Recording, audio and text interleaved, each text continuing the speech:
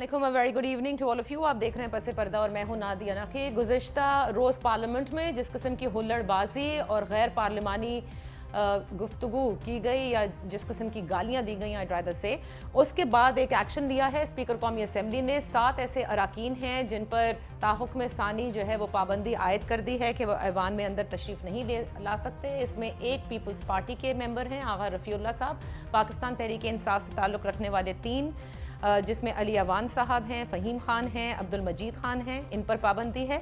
जबकि नून लीग से हैं शेख रोहेल असगर साहब, चौधरी हामिद हमीद साहब और अली गौहर बलोच साहब। इसके साथ साथ आज जब इजलास जो है वो शुरू हुआ तो स्पीकर कौमी असम्बली का ये कहना था कि 14 और 15 जून को जो कुछ हुआ इस ऐवान में वो बिल्कुल बहुत गलत था, और उन्होंने एक कमेटी भी तश्कील दी है जो ये तय करेगी कि इजलास को कैसे चलाना है। और इसीलिए उन्होंने हुकूमत और ऑपोजिशन से 6 अरकान जो हैं वो तलब कर लिए हैं जो इस कमेटी का हिस्सा होंगे, और उसके बाद उन्होंने इजलास को मुलतवी कर दिया है। अब जब तक ये कमेटी तय नहीं कर लेती कि इजलास कैसे किया जाएगा, जब तक ज़ाहिर है ये इजलास शुरू नहीं हो सकता। इससे कबल आपने ये भी देखा कि मलिका बुखारी साहिबा, जिनकी आँख पर कल चोट लगी, उन्होंने ज़रताज गुल वज़ीर साहिबा के हमरा एक प्रेस कॉन्फ्रेंस भी की और कहा कि नून लीग जो है वो गुंडों की और कब्ज़ा माफिया की जमात बन चुकी है।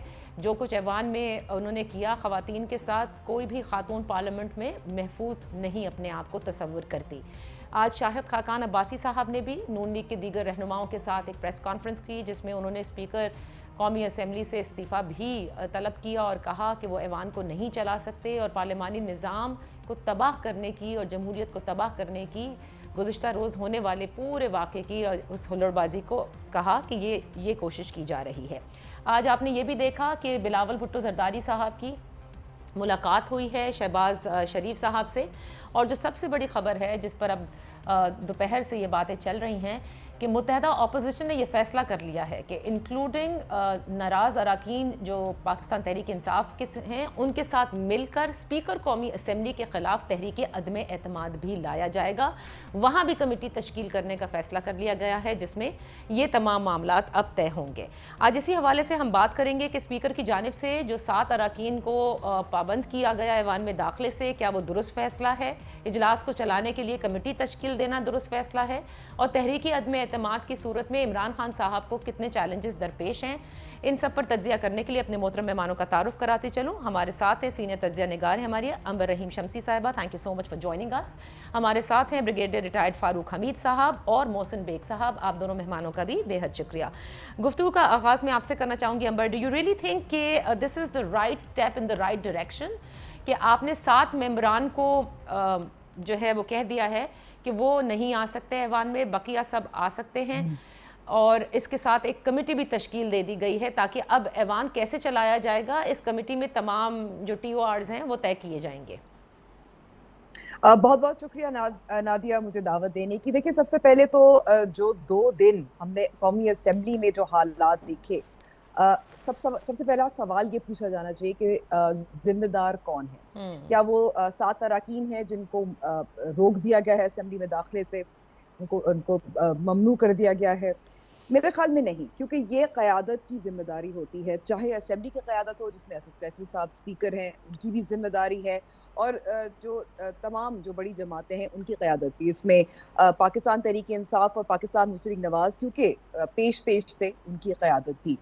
अ, कुछ देर के लिए लोगों को रोक देना असेंबली में आने से वो भी दुरुस्त है, लेकिन फिर अब सब फुटेज जो हम देखते हैं जो वाज़े तौर पे नज़र आता है कि इसमें सिर्फ वो लोग मुलविस नहीं थे या पेश नहीं थे इन हमलों में, और पार्लियामान की जो हम बेहुरमती की गई थी और बजट किताबों के साथ जो उनको वेपनाइज किया गया था, उसमें तो कई वुज़रा भी शामिल थे, कोई वो भी रोक नहीं रहे थे।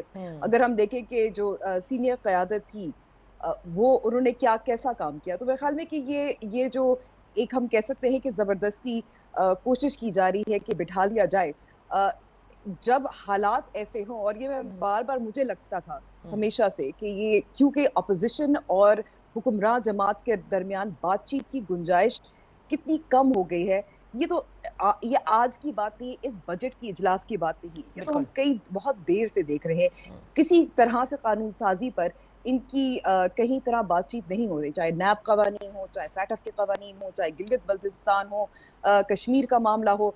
तो दिस दिस डिवाइड मेरे ख्याल में is too big to bridge, और ये असद कैसर साहब जो अपनी गैर जानिबदारी का मुज़ाहिरा उनको ज़रूर करना चाहिए, हुँ, लेकिन उन लोगों को भी रोक देना चाहिए असेंबली में आने से, जो कुर्सियों पे खड़े हुए थे और किताबें मार रहे थे या बिल्कुल, गंदी गालियाँ दे रहे थे, जो सही, वुज़रा भी थे। सही, और मैं नाम नहीं लेना चाह रही क्योंकि सबको पता है, सबके सामने फुटेज है। बिल्कुल सही, शुक्र है कि मेरे ख़्याल में कि वो सोशल मीडिया पे ये चीज़ें आ जाती हैं तो अयां हो जाता है। राइट। तो ये जो हालात है इस वक़्त सियासी इस्तेहकाम के हवाले से, और ये भी देखें कि बजट इजलास हुँ, जो कितना अहम होता है कैलेंडर ईयर का पार्लियामेंट का, वो किस तरह से अब गैर मुअय्यना मुद्दत के लिए रुक गया है, तो इंतहाई अफ़सोस की बात है। और इसमें ज़िम्मेदारी जो है वो है जो हाउस चला रहे हैं और जो क़यादत है, और इसमें मैं कहती हूँ कि हुक्मरान जमात की हमेशा ज़्यादा ज़िम्मेदारी होती सही, है, बिल्कुल क्योंकि सही। बजट उनका होता है। हुँ।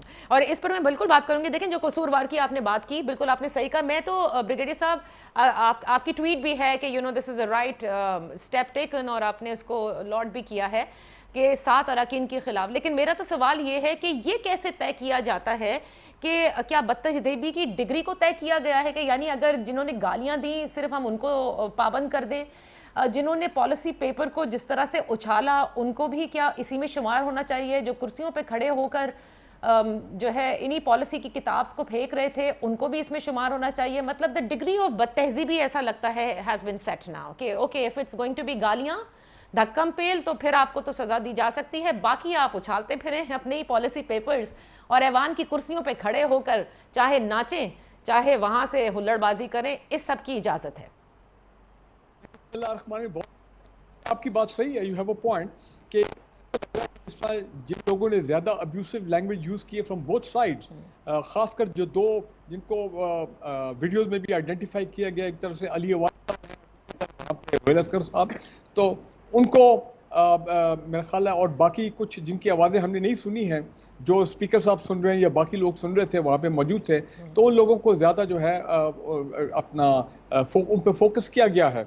और ये आपकी बात सही है कि हमने शायद मुराद सईद को भी देखा है कि वो जनाब उछल कूद रहे अपना वो कुर्सी मेज़ों के ऊपर, which again is condemnable, not expected from an MNA member of the parliament.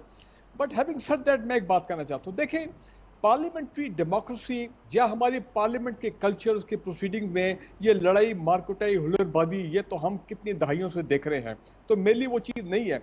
Yes, इस मरतबा जो चेंज हम देखे हैं कि रेड लाइन वर क्रॉस, कि एक तो पहले हमेशा होता था कि अपोजिशन जो है वो बजट की किताबें जो फाड़ती थी, शोर डालती थी, वॉकआउट करती थी।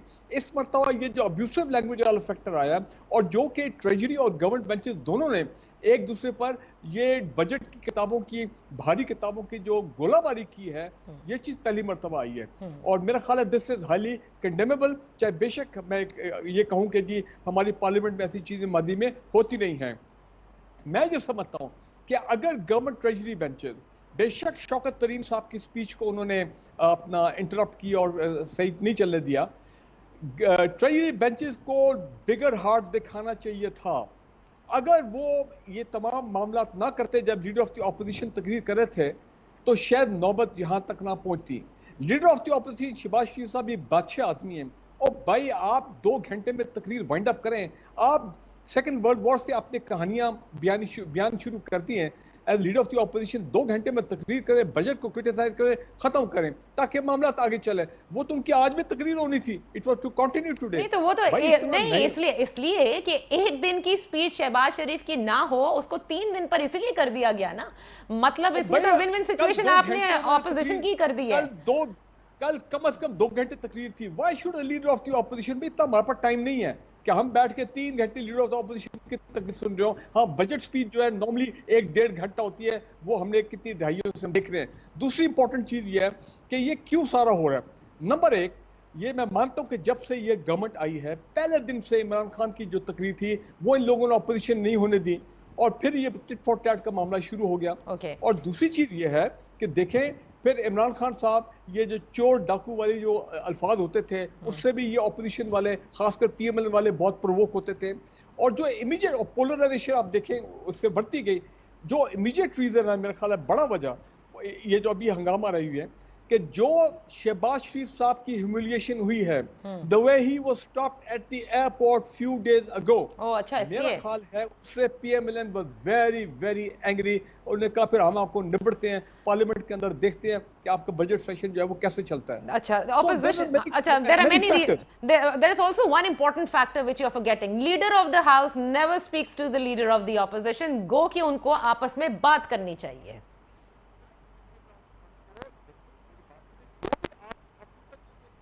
प्रोसेस चल रहा है, जारी बात है पीएमएलएन पीपल्स पार्टी दोनों अपसेट है। प्राइम मिनिस्टर इमरान खान को ये जो पार्लियामेंट की रवायत है इसके मुताबिक ही should be there in the house, ताकि एक दफा दो दफा तीन दफा हो जाएगा हंगामा रही। लेकिन इसके लिए तो वो मिले थे ना, एक रात पहले ये खबर भी आपने देखी होगी ना, आपकी नजर से गुजरी होगी कि भाई प्राइम मिनिस्टर भी तकरीर करना चाहते हैं, हम ऑपोजिशन लीडर की भी तकरीर होने देंगे अगर उनकी तकरीर के दौरान अगर कोई बात नहीं करेगा और स्मूथली इसको रन करने दिया जाएगा। तो ये बड़ी अजीब सी बातें, ये बड़ी अजीब सी बातें हैं। ऑपोजिशन फिर ट्रेजरी बेंचेस पे बैठ जाए ना, अगर उसने एहतजाज ही नहीं करना हो। एक दायरे कार में एहतजाज करना ऑपोजिशन का हक है। तो एहतजाज देखें, ट्रेजरी बेंचेस को समझने चाहिए ऑपोजिशन ने एहतजाज करना ही करना है। बिल्कुल सही है। अच्छा, मैं जरा ओपनिंग रिमार्क्स मोहसिन बेग साहब के लेना चाहूंगी। अंबर ने पॉइंट आउट किया, आपने बिल्कुल सही पॉइंट आउट किया कि हुकूमत ने जाहिर है इस ऐवान को चलाना है, स्पीकर ने इस ऐवान को चलाना है, ज्यादा ओनस उन पे आता है। दैट डज नॉट मीन कि ऑपोजिशन भी बदतमीजी कर सकती है। जैसे आज शेख रोहेल असगर साहब से जब ये पूछा गया कि ये गालियां देना क्या सही है, तो उन्होंने इसको पंजाब का कल्चर कह दिया। उन्होंने कहा ये तो पंजाब का कल्चर है। मतलब ये बड़ी अजीब बात है, गालियां कभी कल्चर नहीं हो सकती, कम से कम मेरे नजदीक गालियां कल्चर नहीं हो सकती। मैं एक ब्रेक ले रही हूँ मोहसिन बेग साहब, मैं कता कलामी नहीं करना चाहती ताकि आप इस पर बात कर सके, क्योंकि हम एक और तरफ जिस जानिब अंबर ने भी इशारा किया है निज़ाम के ऊपर, क्या इस निज़ाम को ख़त्म करने के लिए इसको इतना बुरा बनाया जा रहा है ताकि जो है लोग तंग आ जाएं और कहें कि छोड़ो ये क्या पार्लियामेंट्री फॉर्म ऑफ सिस्टम है, ये सब गला सड़ा निज़ाम है। और दूसरी जानिब जो सियासी तब्दीलियों का जिक्र बारहा होता गया कि बजट के बाद तेज़ी से नज़र आएगी, तो उस अदम एतमाद की भी बात कर लेते हैं। Let's take a break.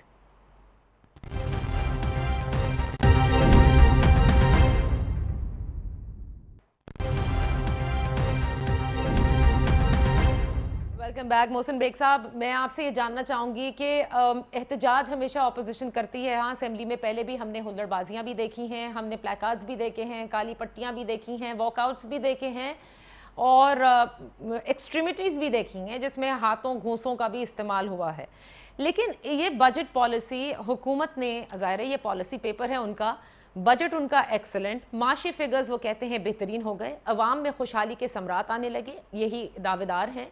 PDM टूट चुकी है, उससे कोई खतरा नहीं है, फिर ये फ्रस्ट्रेशन इतनी क्यों है?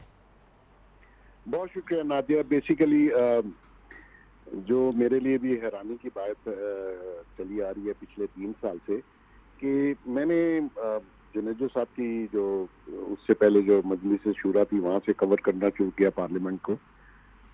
ये कोई 7वीं 8वीं या 10वीं गवर्नमेंट होगी और पार्लियामान होगी।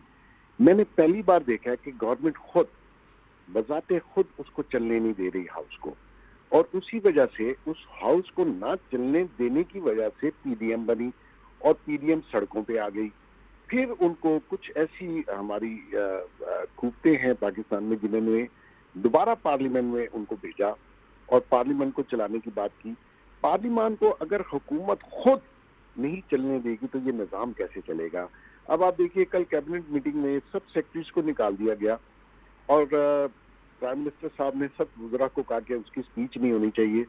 ब्रिगेडियर साहब ने कहा कि उन्होंने पहले दिन प्राइम मिनिस्टर इमरान खान को ओपनिंग स्पीच नहीं करने दी, स्पीकर नहीं करने दी। अपोजिशन का काम ही ऐसा होता है। तरीके इंसाफ जब अपोजिशन में थी तो यही काम कर रही थी, लेकिन उसका दर्द अभी तक प्राइम मिनिस्टर के दिल से नहीं गया और इन्होंने कल प्री प्लान शहबाज शरीफ की स्पीच नहीं होने दी और इतना हंगामा किया, वो आप सब ने देखा ही है, उसको रिपीट क्या करें।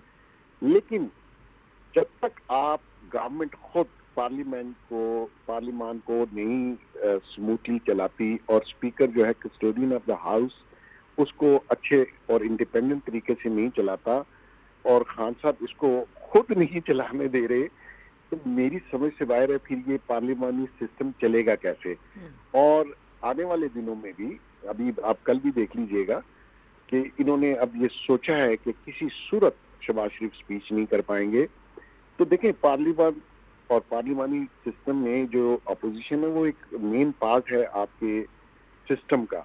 और ऐसा भी नहीं कि ये जो अपोजिशन है जिन्होंने खान साहब से ज्यादा वोट लिए हैं उनको पाकिस्तानियों ने वोट दिए, इंडिया वालों ने नहीं दिए। सही। वो उनके केसेस अपनी जगह, वो जो भी उनका माजी का कैरेक्टर है वो अपनी जगह है, लेकिन आपने जो कौम से इस्लाहात और जो आपने कानून साजी करनी थी और जो आपने रिलीफ देना था कौम को, वो इसी पार्लियामान से मिलना है। अगर वो इस्लाहात पार्लियामान में आप नहीं चलने देंगे तो होगा क्या? 3 साल में तो कुछ नहीं हुआ।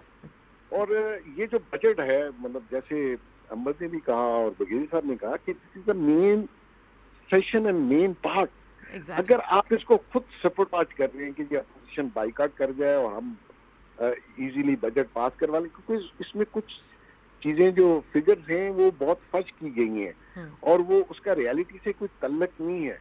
बजाय इसके कि आप ठंडे तरीके से पॉलिटिकल स्टेबिलिटी लाएं इस मुल्क में, आप खुद फसाद डाल रहे हैं और पॉलिटिकल स्टेबिलिटी ना हुई, ना फॉरेन फंडिंग आएगी, ना फॉरेन इन्वेस्टर आएगा, ना लोकल इन्वेस्टर जो है वो कोई काम कर सकेगा। तो मैं ये मेरे तो कसूर जैसे अंबर कह रही है कि तमाम जमातों के कायदीन को ही ठहराया जाएगा जो अपने वर्कर्स को ये ट्रांसलेट नहीं करते कि पार्लियामेंट में किस तरह से जबान का इस्तेमाल करना है और मतलब किस हद तक ऑपोजिशन करनी है अपनी मुखालिफ जमात की। देखिए, मैं अपोजिशन को इसलिए कसूरवार नहीं समझ रहा कल वाले वाकये में, क्योंकि अगर गवर्नमेंट ने ये ठान ली है कि उनको बात नहीं करने देनी तो नेचुरली उनका भी रिएक्शन आएगा। और अगर एक शख्स गाली देता है, और जो कल ट्रेजरी बेंचेस से जितने भी अरकान और मिनिस्टर्स की जो हरकत थी, आप समझते हैं कि जो उनके वोटर और सपोर्टर हैं वो खुश हुए होंगे कि आपको हमने पार्लियामान में इसलिए भेजा था, इस काम के लिए भेजा था। सही। और अगर प्राइम मिनिस्टर उनको इस बात पे कहे और खुश हो कि आप ये करें, तो मैं समझता हूँ इस मुल्क का अल्लाह हाफिज है। ये नई जमात, नया कल्चर, ये नई चीजें ये तबाह कर रही है सिस्टम को। और अगर कल को कोई वाकया हो जाता है और ये सिस्टम डिरेल होता है तो मुझे बताइए कौन जिम्मेदार होगा। और इस मुल्क को आपको मैंने भी तरीके इंसाफ को वोट दिया, मैंने इसलिए नहीं दिया कि आप ये काम पार्लियामान में करें और आप मुझे बताएंगे 10 बार मैंने फलां को अंदर कर दिया, 1 रुपया आपने वसूल नहीं किया। आपने मईशत का जो बेड़ा गर्क किया, पहले बजट ला के 2 मिनी बजट और 4 मिनिस्टर आपने मईशत के, इस पे क्वेश्चन होना चाहिए आप पे। सही। आपने अभी बजट पेश किया और रात को पेट्रोल की प्राइसेस बढ़ा दी, बजट अभी पास नहीं हुआ। बजट के ऊपर जो बहस होनी चाहिए, जो फोरम है वो एक रिवेंज फोरम और टिट फॉर टैट फोरम बनता जा रहा है rather than for deliberation, discussion, debate. Amber, मैं आपकी तरफ आती हूँ। मोहसिन बेग साहब, you summed up very well. मैं ये पूछना चाहूंगी, आपने भी सुना होगा बहुत से सियासी पंडित ये कह रहे थे कि बजट के बाद एक्चुअल सियासी तब्दीलियां होंगी, बड़ी बड़ी तब्दीलियां होंगी। कुछ तेजी आप देख रही हैं, जैसे डेप्यूटी स्पीकर के खिलाफ तो चले, उन्होंने कहा कि एक टोकन अदम एतमाद था, लेकिन अब जो आज ये फैसला किया है और इसकी खबरें बड़ी गर्दिश कर रही हैं कि मुत्तहदा अपोजिशन मिल के असद कैसर के खिलाफ तहरीक अदम एतमाद लाने का उन्होंने फैसला किया, कमेटी तश्कील दी। अब आप देख रही हैं कि वो पीडीएम जो कि पीडीएम ना रही, वो शायद इन पार्लियामेंट अब बहुत ज्यादा एक्टिव होकर दिखाएगी। जी देखिए नादिया, इसकी तो वजह जो है वो तो साफ जाहिर है कि पीडीएम तो टूट चुकी है, इसमें कोई शक नहीं है। लेकिन ये इत्तेफाक तो हो चुका है ना कि हम पार्लियामेंट में टफ टाइम देंगे। आप ये भी देखिए कि सेनेट में भी आजम तारड़ साहब और गिलानी साहब की भी इकट्ठा बैठकर मुलाकात भी हुई थी, तो ये तो तय हो गया है। अब सवाल ये पैदा होता है कि जब मौका था, आपको याद होगा कि जब वज़ीर आज़म इमरान खान के लिए जो वोट ऑफ कॉन्फिडेंस हुआ था, तो उस वक्त भी समझा जा रहा था एक मौका था कि हम अपनी गिलानी साहब के क्योंकि मुंतखब हो चुके हैं, तो अब हम अपनी अददी जो हम दिखा रहे हैं, जाहिर करें, शो फोर्स है, यानी कि the house is lost confidence, वो अब हम आगे बढ़ा सकें। तो दिलचस्प बात यह है कि ये इस मौके पर इस तरह से हो रहा है, जबकि ये पहले पीडीएम का एक गोल था, एक हदफ था, और वो इसलिए नहीं हुआ इसलिए क्योंकि सेनेट पे इनकी लड़ाई हो बैठी थी। अच्छा, इसमें मैं कहूंगी कि एक ये भी बहुत अहम चीज है कि क्या एक 2-3 सवाल है। आपने भी उसका इशारा दिया था, मोहसिन साहब ने भी इशारा दिया था, क्या वाकई कोशिश की जा रही है जानबूझकर दानिस्ता तौर पर कि पार्लियामेंट पर एतमाद उठ जाए, इस निज़ाम से एतमाद उठ जाए। क्या हम दावत दे रहे हैं आउटसाइड फोर्सेस को? ये क्या कोशिश क्या है? फिर दूसरा एक सवाल पैदा होता है, क्या ये डिस्ट्रैक्ट करने की कोशिश है? क्योंकि कुछ ऐसे हैं जो एक्सपर्ट्स हैं, जो माहिरीन हैं, जो समझते हैं कि बजट में कुछ फिगर्स जो हैं वो इधर-उधर हुए हैं। अब ऐसा ये भी कोई नई बात नहीं है बाय द वे, क्योंकि इससे पहले भी होता रहा है, इसकी भी निशानदेही होती रही है, सागदार साहब के ज़माने में होती रही है, डॉक्टर हफीज़ पाशा साहब ने उस वक़्त किया था। सो एक डेफिनेटली एक सवाल उठता है कि ये कोशिश क्या हो रही है? क्या ये बजट के बाद जो सियासी सरगर्मी है उसको रोकने के लिए है, डिस्ट्रैक्ट करने के लिए है, या इस निज़ाम से एतमाद ख़त्म करने के लिए? मैं एक और बात कहना चाहूँगी, मैं ये मोहसिन साहब से थोड़ा-सा डिसएग्री करती हूँ। मैं देखती हूँ कि जो पाकिस्तान तहरीक-ए-इंसाफ के बहुत सारे सपोर्टर्स हैं, वो तो इन चीज़ों पे खुश होते हैं। आप देखें कि सोशल मीडिया पे वज़ीर-ए-आज़म इमरान खान का एक पुराना क्लिप चल रहा है जिसमें वो बात कर रहे हैं कि अच्छा मुझ पे कोई जूता फेंकता है तो मैं वापस मुझे भी फेंकना आता है, और बहुत तालियां बज रही हैं और बहुत वाह-वाह हो रही है। कोई ऐसा ये कोई अनोखी बात नहीं कि इस वक्त ये क्लिप सर्कुलेट हो रहा है, ये जानबूझ के क्लिप सर्कुलेट हो रहा है और सब एंजॉय कर रहे हैं। और जब आप वुज़रा और तर्जुमानों की जो एक मौक़िफ़ देखते हैं, उनका ये कहना है कि हम पे एक थप्पड़ मारेंगे तो हम वापस 2 थप्पड़ मारेंगे। बिल्कुल। इससे पहले जैसा भी ईवान चलता था, अब ऐसा नहीं चलेगा। तो ये जो एक केओस नजर आ रहा है, this is calculated and deliberate. Calculated and deliberate. एक ब्रेक ले लेती हूँ, ब्रेक से वापस आकर इस निज़ाम के हवाले से बड़ी शिकायतें हैं ब्रिगेडियर साहब, कई मरतबा आप लोगों ने भी पॉइंट किया है कि ये देखें, ये पार्लिमानी निज़ाम गला सड़ा निज़ाम है, इस निज़ाम से में कुछ नहीं बाकी रहा है और अब चीज़ें कुछ इसी तरह की तरफ नज़र आ रही हैं हमें। तो क्या ये एक डेलिबरेट अटैम्प्ट है? क्योंकि अभी तक अपोजिशन और जो हुकूमत के मामलात थे इस ऐवान में कि किसी सूरत चलते रहें, उसका इशारा उन कुव्वतों की तरफ मोहसिन बेग साहब ने भी किया है, लेकिन अब लगता है कि वहाँ से भी वो चीज़ पीछे हट गए हैं कि हम नहीं चलाएंगे, अब just let loose, let's see what's going to happen. Let me take a break and ask Brigadier Saab if he really agrees on this.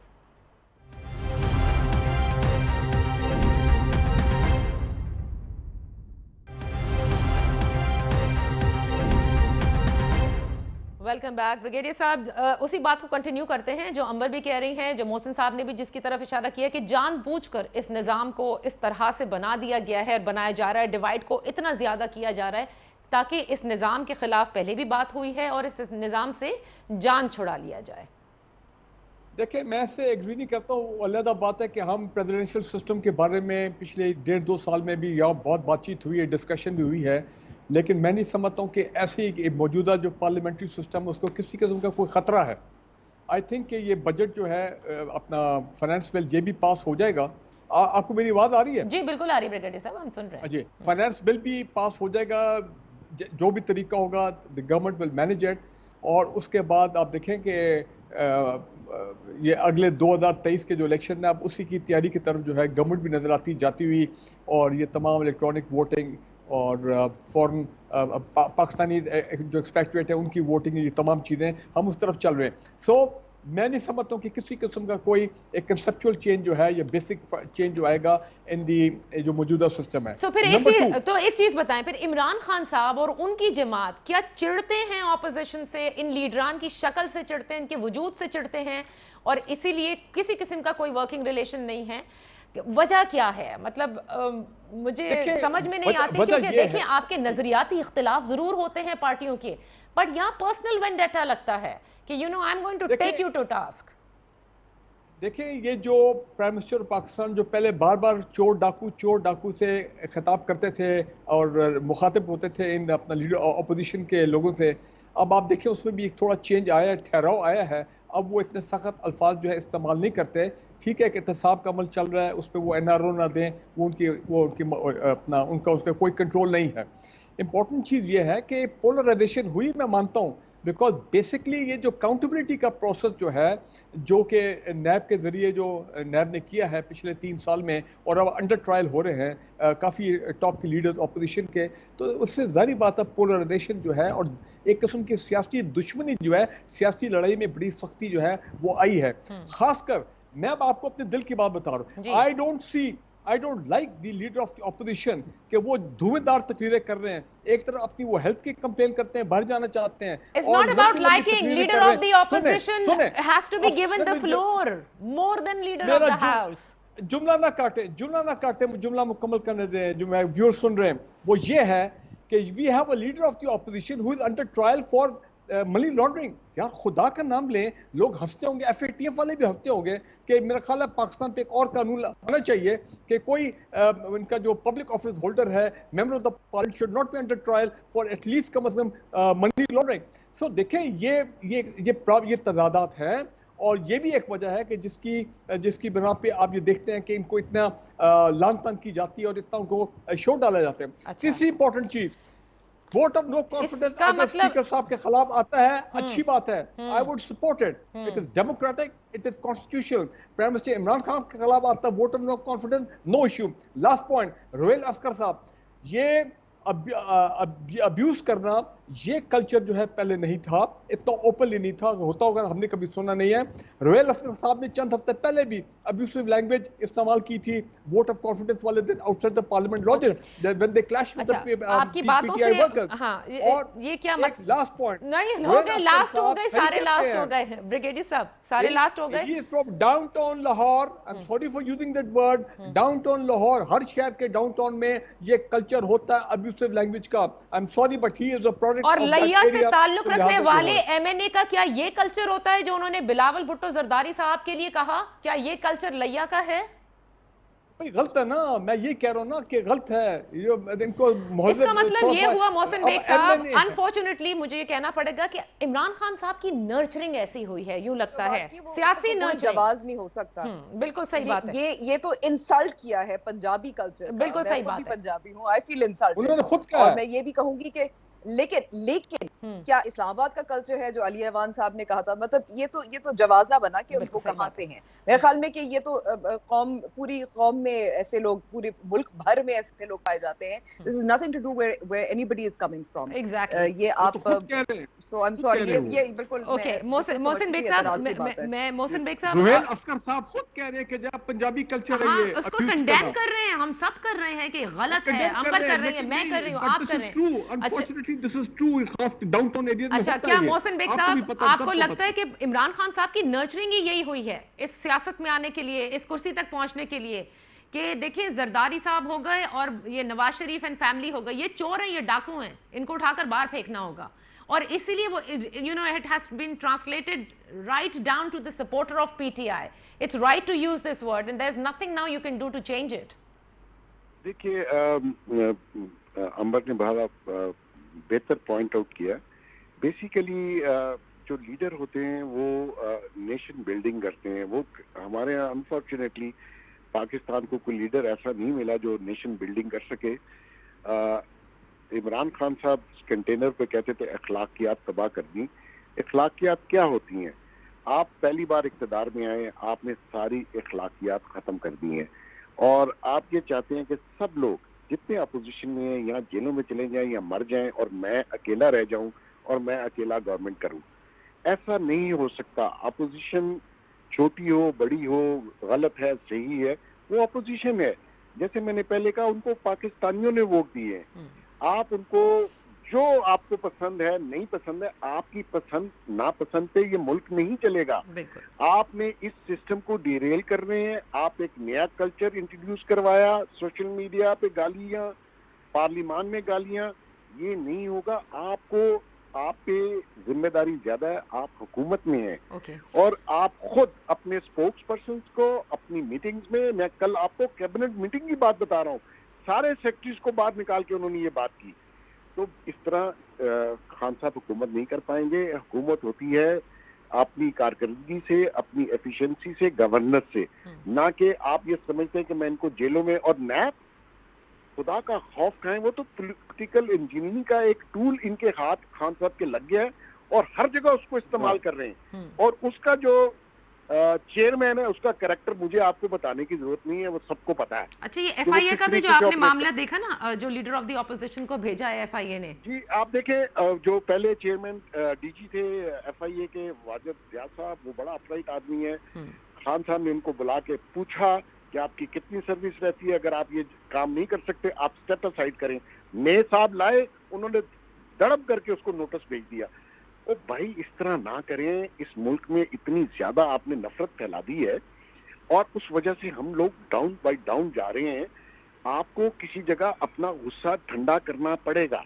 और अगर आप ये समझते हैं कि मैं दोबारा नकल करके 2023 में भी इसी बेस पे प्राइम मिनिस्टर बन जाऊंगा, वो नहीं होगा। अच्छा, अपनी कारकर्दगी से वोट लेना करना पड़ेगा। मैं एक चीज Amber, because you know we are very short of time ना, डू यू थिंक जिस तरह से ज्यादा शहबाज शरीफ साहब के साथ मुलाकात और मफाहमत होगी, वैसे वैसे इमरान खान साहब का गुस्सा बढ़ता जाएगा? वैसे जाहिर तो ऐसा ही होता है नादिया, क्योंकि जब पीडीएम भी उरूज भी थी तो उस वक्त भी एक जो पुल थे जो मफाहमती सियासत करना चाहते थे, बार बार यही बात करते थे, वो शहबाज शरीफ थे और उनको उठा के जेल में डाल दिया गया। और आप ये देखें कि अभी जो मोहसिन साहब ने बात की थी वाजिद ज़िया साहब के बारे में, ये एक पैटर्न आपको नजर आ रहा है ना। बशीर मेमन साहब का इंटरव्यू यूट्यूब पे चला, दीगर चैनल्स पे भी चला, उन्होंने भी इसी चीज की निशानदेही की थी। और उस वक्त भी हम, मेरे जैसे बहुत सारे कमेंटेटर समझ रहे थे कि इसकी तहकीकात होनी चाहिए, इन्वेस्टिगेशन होनी चाहिए, बहुत बड़े इल्जाम थे चाहे जिस पर भी हो।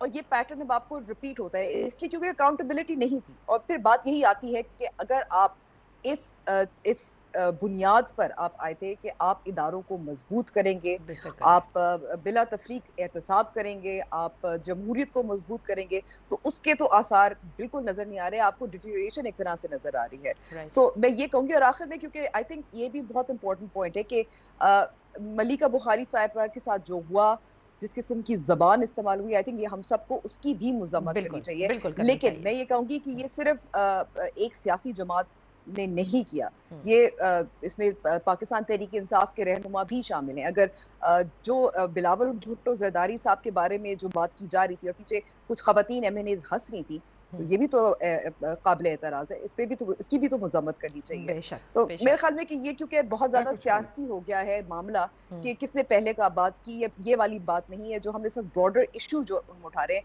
दैट इज आप हाउस किस तरह से चलेगा, बजट सेशन किस तरह से चलेगा, पास आप करवा देंगे, लेकिन जो आपको तशद्दुद यहाँ अंदर नजर आ रहा है कि आपको bullet spill over into the streets, क्योंकि इसके इशारे हमने इससे पहले भी देखे। बिल्कुल आपने सही कहा। Thank you so much for joining us. बहरहाल इस माहौल को सही होना है। बारहा ये कहा गया है कि पोलराइजेशन जितनी ज़्यादा बढ़ती जाएगी उतना इस पूरे माशरे के लिए ख़राब होगा। जैसे मोहसिन बेग साहब ने कहा कि हुकूमत को अपनी कारकर्दगी से आगे बढ़ना है। इसका मतलब ये हरगिज़ नहीं है कि अपोजिशन अगर गैर पार्लिमानी गुफ्तगू करे, बदतमीज़ी करे, बदतहजीबी करे तो उसको भी बख्श दिया जाए। सबको अब अपने अंदर झांक कर देखना होगा। इस तरह ऐवान के तकद्दुस की पामाली नहीं हो सकती।